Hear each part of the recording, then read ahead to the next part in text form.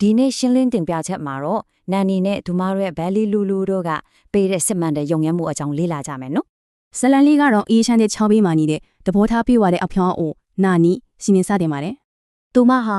လူလူဆိုတဲ့သစ္စာရှိပဲဖြူလေးတစ်ကောင်နဲ့အတူအရန်ကိုရိုးရှင်းအေးချမ်းတဲ့ဘဝလေးကိုဖျက်ဆီးနေရပါတယ်စိတ်ဝင်စားစရာကောင်းတာကလူလူဟာမနဲ့တန်းဘဲဦးတလုံးတိတိကိုပုံမှန်ဦးပေးလိရှိပါတယ်ဒါပေမဲ့တမနဲ့မှာတော့လူလူကပဲဦးနှလုံးဦးချလိုက်တဲ့အခါဒီရိုးရှင်းလေးလို့ရုပ်လို့စင်လေးပြောင်းလဲတော့ပါတော့တယ်အပေါ်ရလာတဲ့ဘဲဥကိုစူးစောင်းမထားပဲလို့အတဲ့ဆန်နဲ့ထန်းလျက်နဲ့နဲ့ပဲထောင်းလက်လက်ခင်ပါတယ်ဒါကတော့ရှင်းပါတယ်ပြဲဥတလုံးကိုကိုယ်တိုင်စားပြီးပိုးတဲ့တလုံးကိုအခြားသူတွေတို့ဝေမျှလိုက်တာပါတာကိုမြင်တဲ့ရော်သားတွေကအမက်ပို့ရအောင်ဆိုပြီးသူတို့သဘောနဲ့သူတို့စီးပွားရေးအကြံဉာဏ်တွေဝင်ပေးကြပါတော့တယ်ဒီနေရာမှာအဆုံးမရှိရမျက်ရှာခြင်းစိတ်နဲ့စစ်မှန်တဲ့ရောင်ရဲတင်းတိမ်မိုးကြားကကြီးမားတဲ့ကွာခြားချက်ကိုအထင်ထားမြင်တွေ့နိုင်ပါတယ်လိုအပ်သူတွေစီတိတ်တဆိတ်သွားဝေမျှတတ်လို့သူမကိုဖေးအော်ဖွာနယ်နီလို့တောင်ချစ်စနိုးခေါ်လာကြပါတယ်ဇလန်လက်ပြောင်းကတော့မူရသည်ရောက်လာပြီးလေယာရီရေကြီးနှမြောက်တဲ့အကြက်တဲဆက်ရောက်လာချိန်မှာပဲ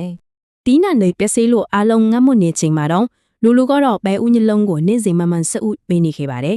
ဒီအခါနနီယာဆူဆောင်ထားတဲ့ပြုတ်ပြီးသားဘဲဦးတွေကိုငွေတပြားမှမယူပဲအခက်ခဲဖြစ်နေသူတွေကိုအခမဲ့ဝေမျှပေးစေပါတယ်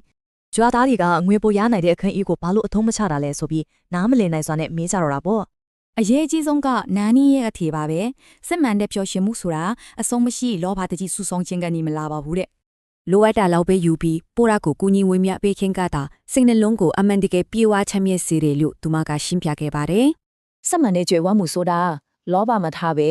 ပိုင်ဆိုင်ထားတာလေးနဲ့ကျင့်နှက်ရောင်ရဲပြီးပတ်ဝန်းကျင်ကိုဝေမျှပေးခြင်းပါပဲအဆုံးမရှိဆူဆောင်ခြင်းကငြိမ်းချမ်းမှုကိုပေးသလားသို့မဟုတ်စစ်မှန်တဲ့ကြွယ်ဝမှုကိုကျေးဇူးတင်တဲ့စိတ်နှလုံးမှာပဲတွေ့နိုင်မလား